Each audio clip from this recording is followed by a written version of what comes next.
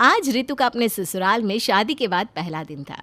रितु अपने कमरे में चुपचाप बैठी हुई थी। सुबह का वक्त था और तभी उसकी सास पुष्पा उसके लिए एक बड़े से ग्लास में दूध भर कर ले आई। रितु बेटा, जल्दी से दूध पी लो। दूध ना सेहत के लिए बहुत अच्छा होता है। हमारे घर में तो सब लोग सुबह शाम एक ग्लास भर कर दूध पीते हैं। अरे मम्मी जी, इसकी क्या ज़रूरत थी? ज़रूरत कैसे नहीं थी? अब से तुम इस घर की बहू हो, और इस घर की बहू अगर कमज़ोर रहेगी तो सारी जिम्मेदारियां कौन संभालेगा? लेकिन मम्मी जी, मेरा ना अभी दूध पीने का बिल्कुल भी मन नहीं है। मन से क्या होता है बेटा? कभी कभी तन की ज़रूरत के लिए भी काम करना पड़ता है। अगर तुम दूध पियोगी तो तुम्हारी हड्डियां मजबूत रहेंगी। आगे चलकर मुझे पोते पोतियां देने हैं या नहीं? ठीक है मम्मी जी, आप ये दूध यहीं पर रख दीजिए, मैं थोड़ी देर में पी लेती हूँ। ठीक है बहू, लेकिन ध्यान रहे पूरा दूध खत्म कर देना। दूध सेहत के लिए बहुत अच्छा होता है। रितु दूध का ग्लास ले लेती है, लेकिन अपनी सास के जाने के बाद पूरा दूध वॉश बेसिन में डाल देती है। शाम के वक्त घर के सब लोग खाना खाकर अपने कमरे में जाते हैं। रितु भी अपने पति चंदन के साथ कमरे में होती है। तभी उसके कमरे का दरवाज़ा नॉक होता है। इस वक्त कौन होगा? माँ होंगी। इस वक्त वो सबके रूम में जाकर उनको दूध देती है। इस घर में सब सोने से पहले दूध पीते हैं ना, इसलिए। रितु दरवाज़ा खोलती है। रितु बेटा, ये लो तुम्हारा और चंदन का दूध, दोनों पी लेना। हाँ, लेकिन मम्मी जी, मेरा इस वक्त दूध पीने का बिल्कुल भी मन नहीं है। चंदन बेटा, समझाना इसे। दूध नहीं पिएगी तो इसकी सेहत कैसे अच्छी रहेगी? अब ठीक है मम्मी, मैं रितु को समझा दूंगा, आप जाइए। पुष्पा वहाँ से चली जाती है। उसके जाने के बाद, देखो रितु, मम्मी इतने प्यार से तुम्हारे लिए दूध लेकर आई है, पी लो इसे। लेकिन चंदन, मुझे दूध बिल्कुल अच्छा नहीं लगता, और सुबह भी तो मम्मी जी ने मुझे दूध दिया था। तभी फिर से दरवाज़ा नॉक करने की आवाज़ आती है। रितु दरवाज़ा खोलती है। सामने पुष्पा खड़ी थी। मम्मी जी, आप? मैंने सब सुन लिया है बहू। मैं दरवाजे के बाहर खड़े होकर तुम्हारी बात सुन रही थी। लेकिन क्यों मम्मी जी? इसलिए ताकि मुझे पता चल सके कि तुमने दूध पिया या नहीं। मुझे पता चल गया है कि तुम चंदन से दूध पीने के लिए मना कर रही थी। चलो अब जल्दी से दूध पियो, कोई बहाना नहीं चलेगा। ठीक है मम्मी जी, मैं दूध पी लेती हूँ, आप जाइए। ये हुई ना बात। पुष्पा वहाँ से चली जाती है और रितु को ज़बरदस्ती दूध पीना पड़ता है। अगले दिन रितु रसोई में जाती है। देखो बहू, दूध वाला दूध देकर गया है, जल्दी से दूध गर्म कर लो। मुझे कुछ ज़रूरी काम है, मैं वो करके आती हूँ। पुष्पा वहाँ से चली जाती है। पुष्पा के जाने के बाद, हे भगवान, कहाँ फंस गई मैं? अब क्या करूँ? कैसे बचूँ दूध पीने से? मम्मी जी तो मेरी बात सुनने को तैयार ही नहीं है।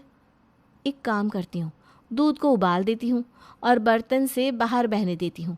दूध कम रह जाएगा तो मम्मी जी से कह दूँगी, बाकी घर वालों को दे दीजिए। कम से कम आज तो बच जाऊँगी। रितु जानबूझकर दूध उबल जाने के बाद भी गैस बंद नहीं करती, जिसकी वजह से काफ़ी सारा दूध बाहर निकल जाता है। पुष्पा जब वहाँ आती है, अरे बहू, ये तुमने क्या किया? इतना सारा दूध बाहर निकाल दिया। वो सॉरी मम्मी जी, गलती से हो गया। अरे नहीं नहीं बहू, मुझे दूध का दुख नहीं है। परेशानी तो यह है कि अब घर वालों के लिए एक एक गिलास दूध नहीं हो पाएगा। दूध तो सबको चाहिए ना। कोई बात नहीं मम्मी जी, आप बाकी सबको दे दीजिए, मुझे वैसे भी ज़रूरत नहीं है। मुझे दूध नहीं पीना है, और बाकी लोगों के लिए तो इतना दूध काफ़ी रहेगा। अरे ऐसा कैसे? मैं अभी और दूध मंगवाती हूँ। भाई, मेरे घर में ऐसा नहीं होता कि सब घर वाले खाए पिए और घर की बहू को ऐसे ही रहने दे। मैं अभी तुम्हारे लिए दूध मंगवाती हूँ। और इस तरह से रितु की चाल नाकामयाब हो जाती है और पुष्पा की वजह से उसे ज़बरदस्ती दूध पीना पड़ता है। रितु की समझ में कुछ नहीं आ रहा था कि आखिर वो इस मुसीबत से बचे तो बचे कैसे। रात के वक्त दूध पीने से पहले रितु ने ड्रामा करना शुरू कर दिया। चंदन, मेरे पेट में ना बहुत दर्द हो रहा है। क्या हुआ रितु? पता नहीं चंदन, लेकिन अभी प्लीज़ मुझे दूध नहीं पीना। मम्मी जी आए तो उनसे मना कर देना। पेट दर्द में वैसे भी दूध नहीं पीते, बहुत नुकसान करता है। तभी पुष्पा 2 गिलास दूध लेकर वहाँ आ जाती है। क्या हुआ बहू, तुम्हारे पेट में दर्द कैसे हो गया? पता नहीं मम्मी जी, लेकिन मैं ना आज दूध नहीं पी पाऊँगी। लेकिन क्यों? दूध से क्या परेशानी है? मम्मी जी, पेट दर्द में दूध ज़्यादा नुकसान करता है ना, इसलिए। किसने कहा? अरे गरम दूध नुकसान करता है बहू? मैं तुम्हारे लिए ठंडा दूध ले आती हूँ, उससे तो पेट दर्द ठीक हो जाता है। तुम बस 2 मिनट रुको। हाँ। और पुष्पा अपनी बहू ऋतु के लिए ठंडा दूध बनाकर ले आती है। ले बहू, जल्दी से पी ले, मैं यहीं बैठी रहूँगी जब तक तू ये दूध नहीं पी लेती। अरे मम्मी, इसकी कोई ज़रूरत नहीं है, आप जाइए। हाँ मम्मी जी, आप अपने कमरे में जाइए, चंदन है ना यहाँ, और मैं तो ये सारा दूध खत्म कर ही दूंगी। अरे ऐसे कैसे चली जाऊँ? मेरी बहू के पेट में दर्द है और मैं आराम से सो जाऊँ? ना जी ना, मुझसे ऐसा नहीं होगा। मैं थोड़ी देर यहीं बैठती हूँ, तुम दूध पी लो, तुम्हें आराम मिल जाएगा तो मैं चली जाऊँगी। ऋतु एक बार फिर से दूध पीने से बच नहीं पाती और उसे ज़बरदस्ती दूध पीना पड़ता है। ऋतु की समझ में नहीं आ रहा था कि आखिर वो इस परेशानी से कैसे बचे। रोज़ रोज़ दूध पीना उसके लिए मुसीबत बन गया था। कुछ दिनों के बाद ऋतु प्रेग्नेंट हो जाती है। अरे वाह बहू, ये तो तूने बहुत अच्छी खबर सुनाई। चल हम डॉक्टर के पास जाते हैं और डॉक्टर से अच्छी तरह से समझ लेते हैं क्या खाना पीना है, क्या नहीं खाना। ठीक है मम्मी जी। दोनों डॉक्टर के पास पहुंचते हैं। डॉक्टर ऋतु का चेकअप करती हैं और आपकी बहू एकदम स्वस्थ है, उसे किसी तरह की कोई परेशानी नहीं, लेकिन फिर भी खाने पीने का अच्छे से ध्यान रखिएगा ताकि बच्चा भी स्वस्थ पैदा हो सके। अरे डॉक्टर मैडम, मैं तो अपनी बहू का बहुत ख्याल रखती हूँ, अपने हाथों से दूध बना कर देती हूँ उसे, वो भी दोनों वक्त, इसीलिए तो वो इतनी स्वस्थ है। डॉक्टर, मुझे ये पूछना था कि क्या दूध पीना ज़रूरी है? वो क्या है ना, मुझे दूध पीना अच्छा नहीं लगता। नहीं नहीं, ऐसा कुछ नहीं है। अगर आपको दूध पीना पसंद नहीं तो आप मत पीजिए। मैं आपको कुछ सप्लीमेंट्स दे रही हूँ, उनसे भी काम चल जाएगा। लेकिन डॉक्टर मैडम, अगर बहू दूध नहीं पिएगी तो कमज़ोर हो जाएगी ना। देखिए, ऐसा कुछ भी नहीं है, मैंने कुछ दवाइयाँ दे दी है, वो ठीक रहेंगी। और दूध पीने से ऐसा कुछ नहीं होता जैसा आप समझ रही हैं। थैंक गॉड, अब कम से कम मैं दूध पीने से तो बच जाऊँगी। डॉक्टर की बात सुनने के बाद तो मम्मी जी मुझे दूध के लिए फोर्स नहीं करेंगी। ऋतु खुश होते हुए घर आती है। उसे लगता है कि अब उसे इस दूध पीने की मुसीबत से छुटकारा मिल गया। शाम के वक्त ऋतु चंदन को डॉक्टर की बताई हुई दवाइयाँ लाने के लिए कहती है। चंदन, ये कुछ दवाइयाँ हैं, ये तुम ले आना, और अब ना मुझे ये दूध पीने से भी राहत मिल जाएगी। तभी पुष्पा हाथ में दूध का ग्लास लेकर वहाँ आती है। अरे मम्मी, आप। चंदन बेटा, ये दवाइयाँ लाने की कोई ज़रूरत नहीं है। लेकिन क्यों मम्मी जी, अब तो डॉक्टर से बात हो गई है ना, डॉक्टर ने भी तो कहा है कि दूध पीने की कोई ज़रूरत नहीं है। अरे डॉक्टर के कहने से क्या होता है, आजकल के डॉक्टर तो दवाइयाँ दे दे कर सेहत खराब कर देते हैं, माँ और बच्चे दोनों की। लेकिन मम्मी जी, दूध पीने से क्या होगा? देखो बहू, तुम चाहती हो ना तुम्हारा बच्चा हेल्दी हो। हाँ मम्मी, हम दोनों यही चाहते हैं। तो बस सब कुछ मेरे हाथ में छोड़ दो, मैं दूध के अंदर मिक्स करके बहू को ऐसी देसी चीज़ें खिलाऊंगी कि वो पूरी प्रेगनेंसी में एकदम हेल्दी रहेगी और बच्चा भी बहुत हेल्दी होगा। पुष्पा वहाँ से चली जाती है। ये क्या चंदन, मम्मी जी तो डॉक्टर की बात भी सुनने को तैयार नहीं है।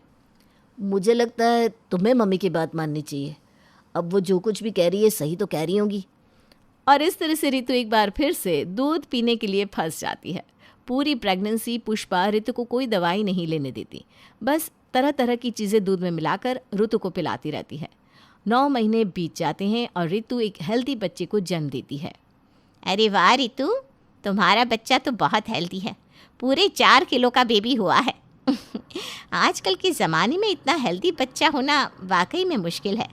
लगता है मेरी दवाओं ने अच्छा असर किया है। अरे डॉक्टर मैडम, ये आपकी दवाओं का नहीं बल्कि मेरे दूध का कमाल है।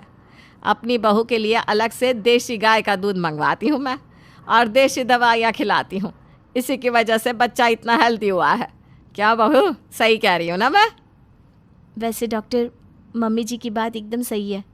पहले मुझे दूध पीने से बहुत नफरत थी, लेकिन अब लगता है कि मैं दूध कभी छोड़ ही नहीं सकती। सुहाना केवट परिवार में ब्याह कराई थी। उसके ससुराल में सास पुष्पा, ननद शीला, पति राजू और ससुर देवांग थे। सभी बहुत ही मेल मिलाप से रहते थे। सुहाना का बचपन से ही एक सपना था, मास्टर शेफ में जाने का। वो मास्टर शेफ तो नहीं बन पाई, लेकिन किचन शेफ बनने की तैयारी अभी भी जारी है। सुबह सुबह सुहाना किचन में रेसिपी बुक पढ़कर नाश्ता बना रही थी कि तभी उसकी सास वहाँ आती है। और कितना समय लगेगा बहू नाश्ता तैयार होने में? बस माँ जी 20 मिनट और फिर तैयार। अच्छा ठीक है। अरे ये घंटा फ्रिज में क्यों रखा है? वो माँ जी, रेसिपी बुक में लिखा था कि 1 घंटा फ्रिज में रखो और फिर इस घोल से अपनी मनपसंद चीज बनाओ। दयाल बुद्धि कहाँ तक चलती, यही करेगी ना। घोल को 1 घंटा फ्रिज में रखने को कहा था, अब मंदिर का घंटा नहीं। ओ माँ जी, अब तो हो गई गलती से मिस्टेक। चलो कोई ना, आप टेबल पर बैठो, 2 मिनट में दनादन नाश्ता तैयार। फिर सुहाना जल्दी से नाश्ता बनाकर सबको सर्व करती है। वाह भाभी, आज आपने मैगी बनाई है, ये तो मेरी फेवरेट है। भाभी हूँ तुम्हारी, अब तुम्हारी पसंद का ख्याल तो रखना ही होगा ना। और जब शीला मैगी खाती है, छी, ये क्या है? मैगी का टेस्ट रूह अफ़ज़ा जैसा क्यों लग रहा है? टेस्टी नहीं है क्या? ये है रूह अफ़ज़ा मैगी, मैंने पहली बार बनाई है। कैसी है? बहू तो पागल हो गई है, मैगी में रूह अफ़ज़ा कौन डालता है? माँ जी, आप ही तो कहती हो कि कुछ नया नहीं बनाती। अब इतना टेस्टी नाश्ता बनाया है तो उस पे भी प्रॉब्लम। आई नो, मैं मास्टर शेफ तो नहीं हूँ, लेकिन किचन शेफ तो हूँ ना। खाना है तो खाओ, वरना भूखे रहो। आप ही खा लो इसे, हम स्विगी कर लेंगे। फिर शीला खुद के लिए और बाकी घर वालों के लिए स्विगी से अच्छा सा नाश्ता ऑर्डर करती है। वहीं दोपहर में, बहू लंच में कुछ स्पाइसी और टेस्टी सा बना ला, और हाँ कोई गड़बड़ ना करना इस बार। ठीक है माँ जी।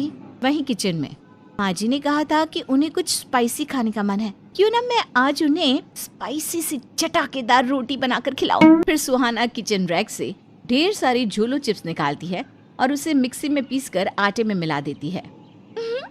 अब बनेगा तीखा टेस्टी स्पाइसी रोटी, और फिर माँ जी मुझे शाबाशी देंगी। वहीं खाने के समय, माँ जी, आपने जैसा कहा था ना, मैंने वैसा ही खाना बनाया है। खा के बताओ कैसा बना है। बहुत ने खाना है, क्या क्या मिलाया है? ये तो मेरे से भी ज्यादा तीखा है। माँ जी, ये जोलो रोटी है। अरे पानी दे कल मुई, जान निकल रही है। इसे खा के पानी नहीं पीते, नहीं तो ज्यादा तीखा लगेगा। अरे मर गई रे बात, आज तो ये मुझे मार कर ही रहेगी। वहीं जोलो चिप्स के कारण सुहाना की सास का बुरा हाल था, और जैसे तैसे उनके मुंह में होने वाली जलन थोड़ी ही देर में कम होती है। पुष्पा नाम सुन के फूल गोभी समझी क्या? सास हूँ तेरी, या उल्टे सीधे कांड करना छोड़ दे वरना फायर कर दूंगी। फिर मायके में रोते बैठना। सासू माँ, पहले तो खुद ही कहा कि तीखा खाना है, अब तीखा दिया तो गुस्सा कर रही हो। It's not fair. हाँ, ऐसा तीखा कौन बनाता है रे? तू खा के देख जरा। सॉरी मम्मी जी, मैंने बस आपके लिए बनाया था ये, और मैं आपका झूठा तो नहीं खा सकती ना। वहीं शाम को, सुहाना क्या बना रही हो खाने में? दाल चावल सब्जी रोटी। यार मुझे ना रसगुल्ला खाने का मन था। बस इतनी सी बात। लो, मैं वो भी बना दूंगी बस। थैंक यू माय लवली बीवी। ये लवली कौन है? अरे लवली मतलब प्यारी बीवी। अब ठीक है, अगर पता भी चला ना कि आपकी जिंदगी में मेरे सिवा कोई और लवली है, तो खून खून कर उसका भरता बना दूंगी। हाँ। अरे गुस्सा मत हो, रसगुल्ला तो बनाओगी ना? पति देव की आज्ञा सर आंखों पर। वहीं किचन में, ये रसगुल्ला हमेशा मीठा ही क्यों होता है यार? लोगों को चीनी ही इतनी पसंद क्यों आती है? आज मैं पति देव को नए तरह के रसगुल्ले बनाकर खिलाऊंगी, जिसे खाकर तो वो मेरी तारीफों की पोल बांधते ही नहीं थकेंगे। फिर सुहाना रात के डेजर्ट के लिए नमकीन रसगुल्ला बनाती है। खाने के बाद, बहू मायके जाना है क्या? नहीं तो ससुर जी। भाभी, मेरी जींस चाहिए क्या आपको? मैं सूट पहनती हूँ, वही गनीमत है ननद जी, जींस कहाँ पहनूंगी। बहू अगर तुझे मेरा खानदानी हार चाहिए तो पहले ही बता दे रही हूँ, जीते जी तो नहीं दूंगी उसे तुझे। अरे आप सबको हो क्या गया है, और क्यों कह रहे हो ये सब? मुझे किसी से कुछ नहीं चाहिए। मान लगता है भाभी का किचन एक्सपेरिमेंट भूत उतर गया है। तर जाए वही अच्छा है। इसी बहाने रोजाना अच्छा खाना तो मिलेगा। क्या खुसुर पुसुर चल रही है आप लोगों की? अरे कुछ नहीं, तुमने तो आज रसगुल्ले भी बनाए ना सुहाना, ला के आओ ना सबके लिए रसगुल्ले। सुनते ही मुंह में पानी आ गया। जब खाना इतना अच्छा था तो रसगुल्ला खा के तो मजा ही आ जाएगा। मेरी बीवी ने जो बनाया है। अब तारीफों की पुल मत बांधिए, रसगुल्ला खाकर बताइए कैसा बना है। देखकर ही इतना स्वादिष्ट दिख रहा है। फिर सभी रसगुल्ला खाते हैं और उसे तुरंत थूक देते हैं। छी, ये क्या था? बहू तेरा दिमाग खराब है क्या? नमकीन रसगुल्ला कौन बनाता है? पूरे मुंह का स्वाद खराब कर दिया। माँ जी, मीठा रसगुल्ला तो सब बनाते हैं, मैंने सोचा क्यों ना खाने के बाद कुछ नमकीन हो जाए। बहू तुम मत सोचा करो, देखो बिना सोचे समझे कितना टेस्टी खाना बनाया था, ऐसे ही खाना बना दो बस। हाँ, और कुछ ऐसा वैसा ना बनाओ कि खाने को भी शर्म आ जाए कि मैं क्यों बन गया। कैसी बात करती हो जी, खाना कोई नई दुल्हन थोड़ी ना है जो शर्म आएगा। बहू तू तो नई दुल्हन है ना, तू जरा शर्म कर और ढंग का खाना बना। खाने के साथ एक्सपेरिमेंट करना बंद कर। तभी सुहाना मुंह बनाकर वहां से चली जाती है। अगले दिन संडे था, जिस कारण सभी देर रात तक जागकर मूवी देख रहे थे। सुहाना, पॉपकॉर्न लेकर आओ ना। हाँ भाभी, ऐसे रूखे सूखे मूवी देखने में मजा नहीं आ रहा। अच्छा ठीक है। बहू टेस्टी सा पॉपकॉर्न बनाना। हाँ माँ जी, ऐसा पॉपकॉर्न बनाऊंगी कि खाते नहीं थकोगे आप। बहू साथ में कोल्ड ड्रिंक भी लेकर आना। जी पापा जी। मॉल में मूवी के लिए जाओ तो कितने वैरायटीज के पॉपकॉर्न्स रहते हैं, क्यों ना आज मैं सबको अलग अलग वैरायटी के पॉपकॉर्न खिलाऊं। अरे इस स्प्राइट का तो फिज ही निकल गया है, इसका क्या करूं? आइडिया, आज सबको स्प्राइट पॉपकॉर्न खिलाती हूँ, सब खुशी से पागल हो जाएंगी। फिर सुहाना स्प्राइट पॉपकॉर्न बनाती है। ये क्या, पीने के लिए कोल्ड ड्रिंक तो है ही नहीं, बस इतनी सी स्प्राइट है बिना फिज वाली। एक काम करती हूँ, इसमें इनो मिला देती हूँ, फिज की फिज और गैस की समस्या भी दूर। फिर सुहाना स्प्राइट में इनो मिलाकर कोल्ड ड्रिंक बनाती है और पॉपकॉर्न और कोल्ड ड्रिंक लेकर सबके पास पहुंचती है। आज मैंने स्पेशल तरीके के पॉपकॉर्न और कोल्ड ड्रिंक बनाया है, जल्दी से टेस्ट करके बताओ कैसा है। वाह, लगता है मेरी बीवी आज मास्टर शेफ बनकर ही रहेगी। बहू इसमें कोई गड़बड़ तो नहीं हुई है ना? माँ, माना कि भाभी हमेशा खाने के साथ एक्सपेरिमेंट करती है, लेकिन वो इतनी भी बुरी नहीं कि रात को हमारे साथ मजाक करेंगी, है ना भाभी? चलो अब मूवी के साथ पॉपकॉर्न का आनंद उठाते हैं। खाओ खाओ, मुझे इस कलमुही पर जरा भी यकीन नहीं है। वहीं सब पॉपकॉर्न खाना शुरू करते हैं। ये क्या बना दिया इसने? यक, इतना बकवास पॉपकॉर्न तो मैंने जिंदगी में नहीं खाया। इतनी तारीफ किया हूँ, कुछ बोलूंगा तो सब मेरा ही मजाक बनाएंगे। पॉकेट में माँ से बगावत करके भाभी की तारीफ करती, इनका बस चले तो खाने में जहर मिलाकर एक्सपेरिमेंट करना शुरू करती। इसी तरह ससुर का भी बुरा हाल था और सभी बिना कुछ बोले गैर मन से स्प्राइट वाला पॉपकॉर्न खा रहे थे। वहीं पुष्पा जी सभी का चेहरा देखकर उनका हाल समझ चुकी थी। आप लोगों को पॉपकॉर्न इतना पसंद आया, बहू इन्हें और पॉपकॉर्न लाके दे जरा, देख तो सही कितनी खुशी से खा रहे हैं। हाँ, अभी लाई, मैंने ना ढेर सारे बनाए हैं, लीजिए ना, कोल्ड ड्रिंक तो पीजिए, ये भी बहुत मस्त है। वहीं कोल्ड ड्रिंक का टेस्ट तो पॉपकॉर्न से भी बेकार था, जिस कारण सभी को दस्त लग जाती है। सुहाना, क्या मिलाया है तुमने पॉपकॉर्न और कोल्ड ड्रिंक में? तुम्हारी वजह से हमारी हालत खराब हो गई। मैं तो सोची कि आप लोगों को पसंद आएगा, लेकिन आप सबका पाचन ही खराब है, कोल्ड ड्रिंक और पॉपकॉर्न ही नहीं पच पाए। वैसे मैंने ना स्पेशल स्प्राइट पॉपकॉर्न और इनो कोल्ड ड्रिंक बनाई थी। ये सुनकर तो सभी सर पर हाथ रख लेते हैं। बहू अब बहुत हुआ खाने के साथ मजाक, अब तू ऐसा कुछ नहीं करेगी जिससे हम सबको और परेशानी झेलनी पड़े। देख सबकी हालत खराब हो गई तेरे कल के एक्सपेरिमेंट के कारण। वहीं सुहाना को सास और बाकी घर वालों से बहुत डांट पड़ती है, लेकिन उस पे कहाँ किसी बात का असर पड़ने वाला था। वो तो अपने मन की मालिक थी। फिर शाम के समय, बहू हम सबके लिए रेड लेबल चाय तो बना दे। माँ भाभी को मत बोलो, वरना क्या पता कोई और एक्सपेरिमेंट करने बैठ जाए। अरे नहीं, अब नहीं करेगी वो ऐसा कुछ भी, उससे ऑलरेडी बहुत डांट पड़ी है आज सुबह ही। वहीं सुहाना किचन में पहले तो माँ जी खुद ही उल्टा पुल्टा कहती हैं, बाद में मुझे कहेंगी कि मेरी गलती है। अब रेड लेबल चाय मांगा है तो देना तो पड़ेगा ही। एक काम करती हूँ, तुलसी और अश्वगंधा भी डाल देती हूँ, जिससे इसका स्वाद बढ़ जाएगा, स्मेल भी अच्छी आएगी। फिर सुहाना चाय बनाकर सबको देती है, लेकिन ये क्या, चाय पीते ही सबको नशा चढ़ जाता है, जिसके बाद सभी घर में बहुत हंगामे करने लगते हैं। बहू तू ना तू इस घर में रहने लायक नहीं। इतना बुरा खाना कौन बनाता है? खुद तो बनाकर खुद खाती नहीं, हमें बलि का बकरा बना दिया। हाँ चलो ना, अब हम दोनों ना पार्टनरशिप में रेस्टोरेंट खोलेंगे और फंडिंग भाभी के गहने बेच कर करेंगे, फिर भाभी कंगाल हो जाएंगी। कंगाल कैसे? वो तो माला माल हो जाएगी ना रेस्टोरेंट से। अरे भैया, शेफ तो भाभी ही रहेगी ना। इस तरह सभी नशे में उल्टी सीधी बातें करके सुहाना का खूब मजाक उड़ाते हैं। वहीं सब नशे की हालत में, कोई यहाँ पड़ा तो कोई वहाँ पड़ा। और सुहाना सभी को संभालने में लगी रहती है।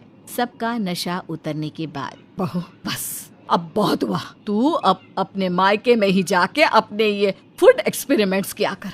अब हम तुझे और नहीं झेल सकते। माँ जी मुझे माफ कर दो, मुझे अपनी गलती का एहसास हो गया है।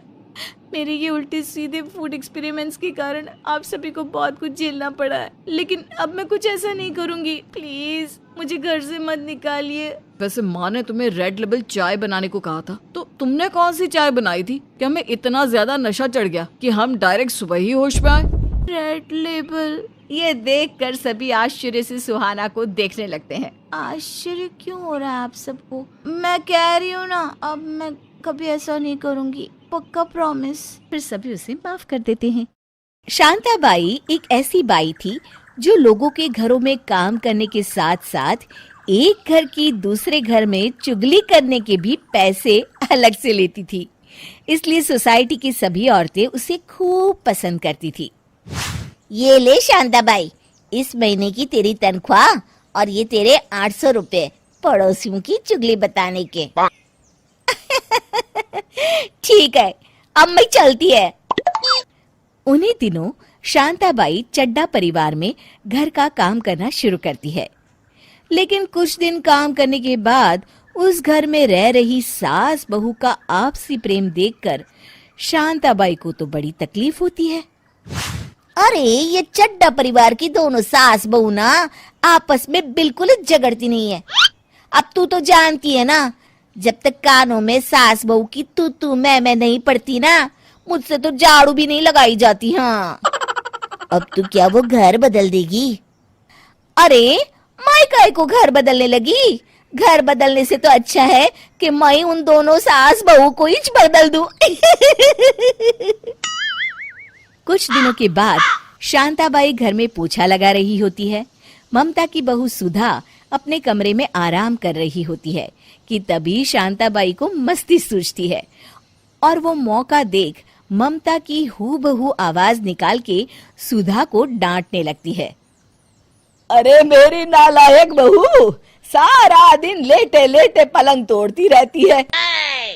अचानक अपनी सास की आवाज सुनकर सुधा चौंक जाती है। अरे अपने बाप के यहाँ तो फुदक फुदक के काम करती थी और यहाँ आके बड़ी महारानी बन गई है। 2 रोटियां बना के मुझ पे एहसान करती है क्या? अरे ये आज माँ जी को क्या हो गया? कैसी बहकी बहकी बातें कर रही हैं? अरे मैं सब जानती हूँ, पड़ोस की औरतों के पास जाकर मेरी बुराई करती है। अरे तू तो सिर्फ नाम की सुधा है, काम तो मंथरा वाले करती है। बस बहुत हो गया, आज तो माँ जी ने हद कर दी। अभी जाके इन्हें बताती हूँ। सुधा सीधे अपने सास के कमरे में पहुंच जाती है। क्यों माँ जी, आखिर आपने मुझे समझ क्या रखा है? आप कुछ भी कहेंगी और मैं सुनती रहूंगी। अरे बहू क्या बात है, मैंने तो तुझे कुछ नहीं कहा। मैं तो दोपहर से अपने कमरे में चुपचाप सो रही थी।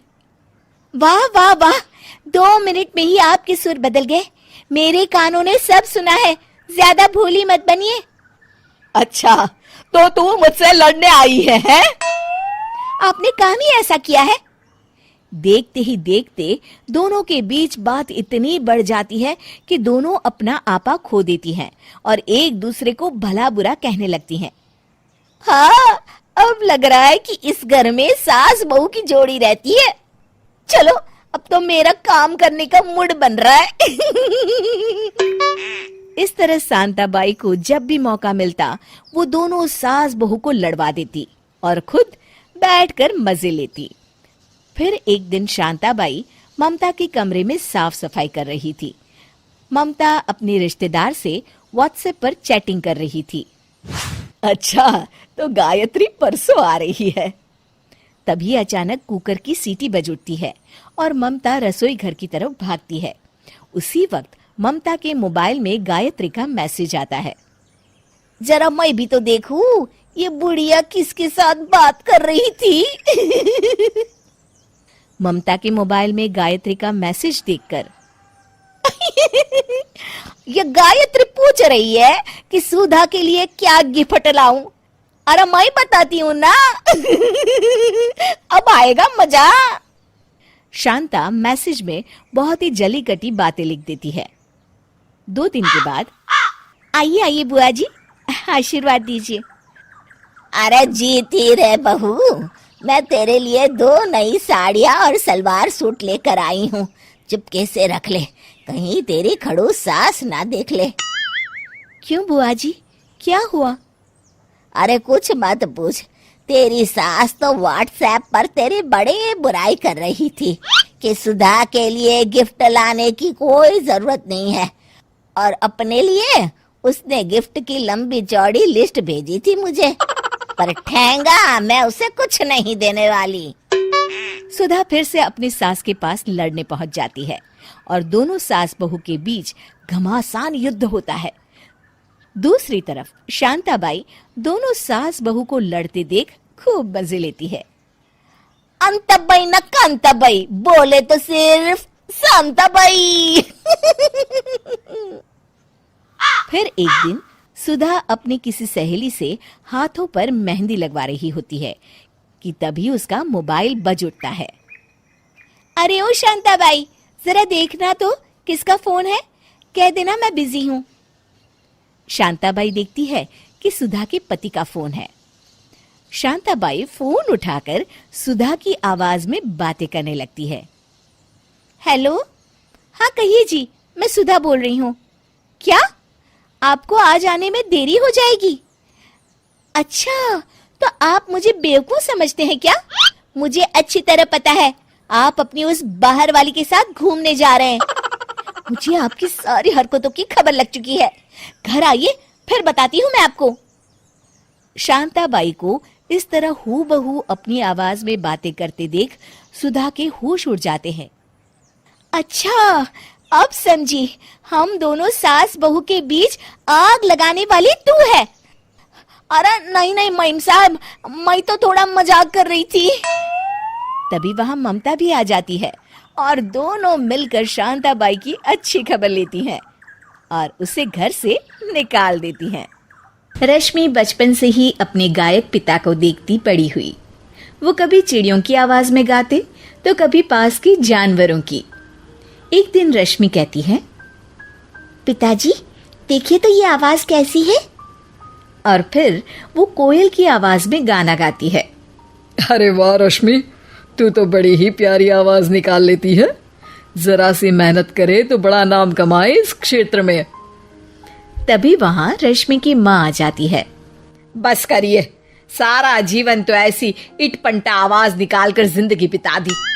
अब बेटी का जीवन भी बर्बाद करेंगे, इसे दूसरे घर जाना है।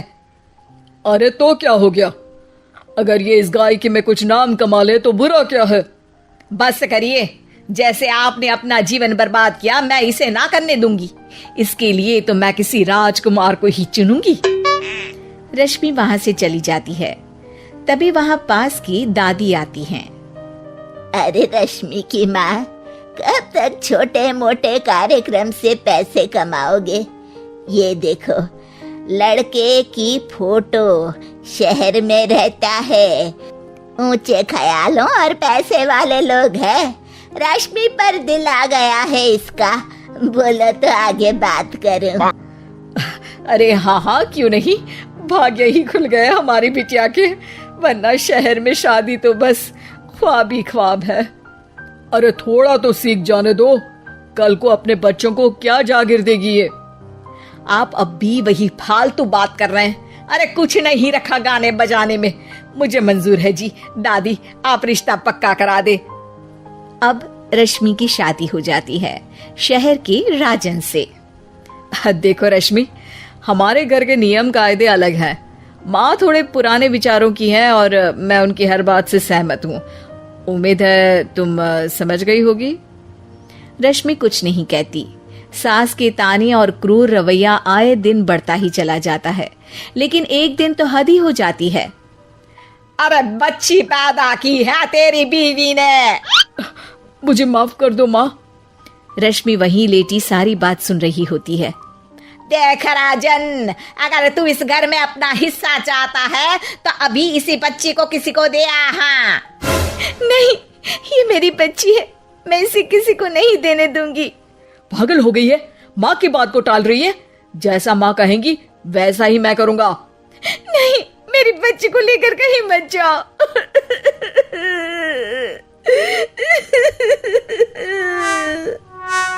लेकिन राजन उसकी बेटी को उठाकर ले जाता है। रश्मि पड़ोसी को फोन करती है। शीला बहन, मेरे पति मेरी बच्ची को किसी को देने जा रहे हैं। आप क्या वो बच्ची उससे लेकर मेरे पिता को दे देंगी? हाँ हाँ रश्मि, तुम परेशान ना हो, कुछ भी नहीं होगा तुम्हारी बेटी को। रश्मि की बेटी को लेकर शीला उसे उसके पिता के घर दी आती है, जहां अब वो बच्ची दादा से उनकी नई तरीके की गायन कला पर शिक्षा लेती है। गुल्ली ये नाम रखते हैं उसके नाना रश्मि की बिटिया का। एक दिन दादा को कोयल की आवाज आती है।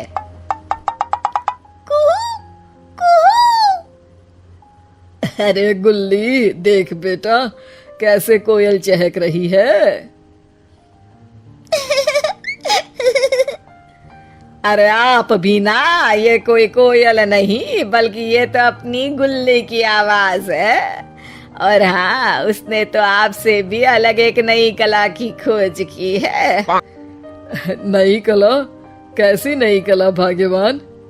गुल्ली अब गाने के साथ नृत्य भी करती है, वो भी बड़ी ही बारीकी के साथ। अब क्या था, नाना जहां स्टेज पर कार्यक्रम करते, एक कार्यक्रम होता गुल्ली का। लोग धीरे धीरे उसके इस नए कला का सम्मान के साथ समर्थन करने लगे और हर जगह उसके नृत्य के और गायन के लिए सम्मान मिलने लगे। एक दिन, चाची, अरे ओ चाची, गुल्ली को विदेश में कार्यक्रम करने के लिए बुलाया जा रहा है, पूरे $1,00,000 मिलेंगे। फिर क्या था, नाना की आंख में आंसू आ गए। देखा भाग्यवान, मैं रश्मि के वक्त ही कहता था कि उसे कुछ बनने दो, लेकिन तुम नहीं मानी। देखो, गुल्ली को विदेश तक से कार्यक्रम करने के ऑफर आ रहे हैं। मेरे लिए तो अब मेरी गुल्ली ही रश्मि है।